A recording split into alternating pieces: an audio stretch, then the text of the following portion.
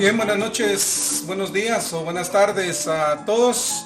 Sean bienvenidos, les doy la más cordial bienvenida a ustedes estudiantes del curso de Derecho Administrativo 2 en la Universidad Mariano Gálvez de Guatemala, Centro Regional Universitario de Cobán.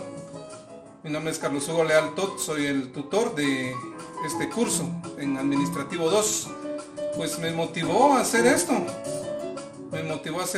El hecho de que ha habido ciertas confusiones en cuanto a los contenidos en el curso que hemos visto en los últimos 20 días en la plataforma digital de la universidad. Así que bienvenidos, voy a tratar de ser o de hacerles o pintarles un panorama de lo que va de nuestro contenido para que nos reubiquemos en nuestro curso. Bien, como todos sabemos, el derecho administrativo pues no es ni más ni menos que una regulación de lo que son las relaciones que se dan entre el Estado, la administración pública y los particulares, ¿verdad ustedes? Y lo que se va generando poco a poco en su contenido. Pues como ente principal pues es el Estado. Sabemos que el objetivo fundamental del curso pues es analizar esas relaciones y el actuar de empleados, de funcionarios, de dignatarios de la nación, y entonces el objetivo es conocer cómo funciona todo este sistema. Nuestro punto de partida es el Estado, no nos complicamos. El objetivo final de esto es que al final de este video, o 2 o 3, porque voy a tratar la manera de que sean 10 minutos, es establecer cuáles son nuestros contenidos para el segundo parcial y cuál es la lógica de nuestro curso. Se recuerdan ustedes que el Estado es un componente de 4 elementos que voy a repasar así rápidamente, pero quiero que pongan mucha atención. Es importante que mantengan también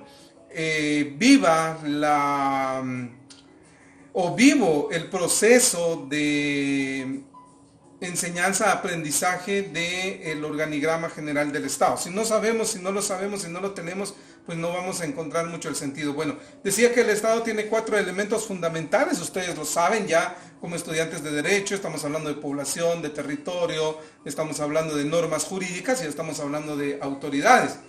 Cuando nosotros hablamos de la población, así rápidamente nos vamos ensayando esa parte, nos damos cuenta que lo que encontramos como característica de la población es de que la población en Guatemala tiene una diversidad cultural establecida y por ello tiene origen desde 4 pueblos primordiales, que son los grupos de ascendencia maya, primordialmente el grupo ladino o mestizo, los chincas y los garífonas.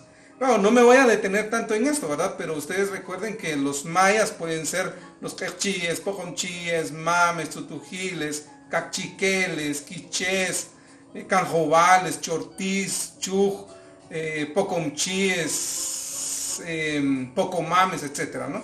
Entonces dejamos el territorio ahí y luego vemos que somos una población relativamente joven. Luego nos vamos al territorio. Ustedes recuerdan que es el territorio. El territorio no es ni más ni menos que toda la circunscripción territorial de Guatemala. Recuerden, 108,000 kilómetros cuadrados, 108,888 kilómetros cuadrados, si no estoy mal. Luego esto abarca todo lo que es la actualidad, la tierra, el mar, el aire, los lagos, los ríos, etcétera, ¿verdad? Entonces, necesitamos dar un salto político administrativo para poder determinar cómo vamos a manejar ese territorio. Y la Constitución nos dice, bueno, entonces demos un salto de regionalización. Y entonces nos habla esta ley de regionalización en una cuestión llamada división administrativa, político-administrativa, y vamos a saber, nos vamos a enterar que hay un territorio nacional, uno regional, uno departamental, uno municipal y uno local. Entonces, esa división al final de cuentas vamos a encontrarla como nación, región, departamento, municipio. Luego vamos a aldeas, caseríos, parajes, barrios, cantones, zonas, lotificaciones, y otras tantas formas de división. ¿Y cómo lo combinamos? Con la Constitución, la ley de regionalización y el Código Municipal. Luego las normas jurídicas. Las normas jurídicas, ya sabemos, es la ley fundamental y ya nos enteramos que hay fuentes reales, materiales, etcétera, ¿no? Pero primordialmente la pirámide constitucional que parte justamente de los derechos o de las leyes constitucionales. Luego las leyes ordinarias, luego las leyes reglamentarias y las individualizadas. Y aprendimos que las constitucionales, la Constitución por la Asamblea Nacional Constituyente, luego las ordinarias por el Congreso, las reglamentarias por el organismo ejecutivo y las individualizadas por el organismo judicial. Luego encontramos a las autoridades y aquí es donde empezamos a desmenuzar nuestro contenido, nuestro curso, ¿no? Vamos a encontrar a nuestras autoridades primero en tres grandes elementos o en tres grandes divisiones y les vamos a llamar organismos. Algunos le llaman poderes, pero les vamos a llamar organismos y ustedes saben cuáles son: legislativo, ejecutivo, judicial. Y por ahí vamos, o sea, no nos tenemos que perder.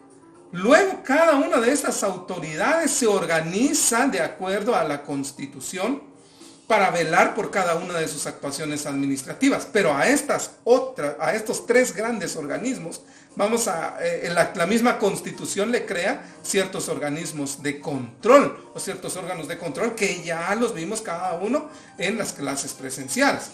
Y los vamos a dividir en lo político y en lo jurídico. En lo político vamos a encontrar al Tribunal Supremo Electoral. Ya sabemos de qué se trata. No nos compliquemos en esa parte. Organizaciones de partidos políticos, y la organización de partido político es la única forma de accesar al poder.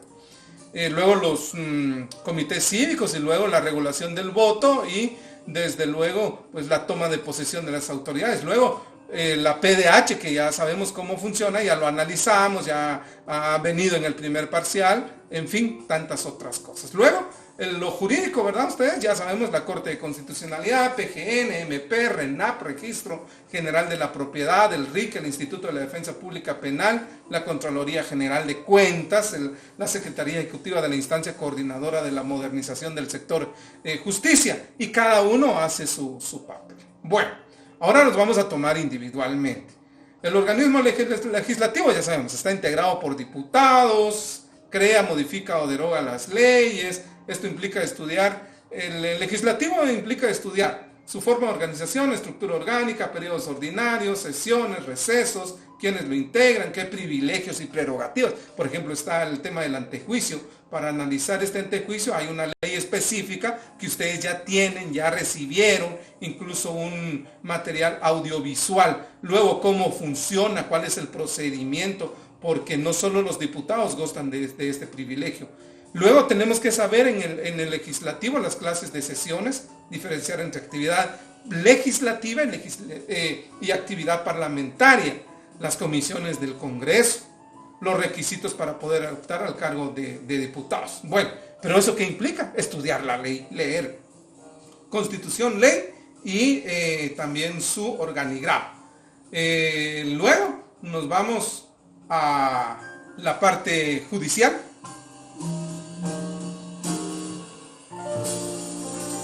Hasta la música terminó, ¿eh? La parte judicial tiene a su cargo, como ustedes ya saben, no vamos a discutir esa parte, es la aplicación de la justicia, es la actividad jurisdiccional. Y aquí tenemos que hacer otra diferencia, que es actividad jurisdiccional propiamente, pero recuerden que también necesita el organismo judicial una actividad administrativa. Y entonces ahí también lo vamos a dividir. Ya sabemos que tenemos un organismo judicial. Podemos dividirlo así: organismo judicial, Corte Suprema de Justicia, cámaras civil, cámara penal, de amparos, de antejuicio. Luego nos vamos a las clases de justicia que se aplican, ¿no? Hay materia civil, hay materia penal, laboral, familia, niñez, administrativa, tributaria, en fin, miren, tantas cosas. Necesitan saber cómo funciona un juzgado o un tribunal, o cuál es la diferencia entre un juzgado y un tribunal, y cuál es la diferencia. Todo eso ya está en los documentos que se les mandó. Los requisitos para ser juez, para ser magistrado, cómo se eligen, qué tiene que ver el Congreso de la República.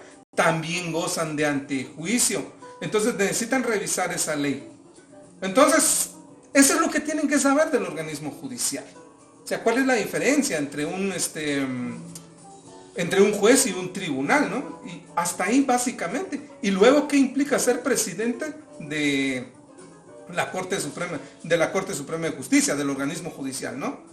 Que implica toda la parte administrativa.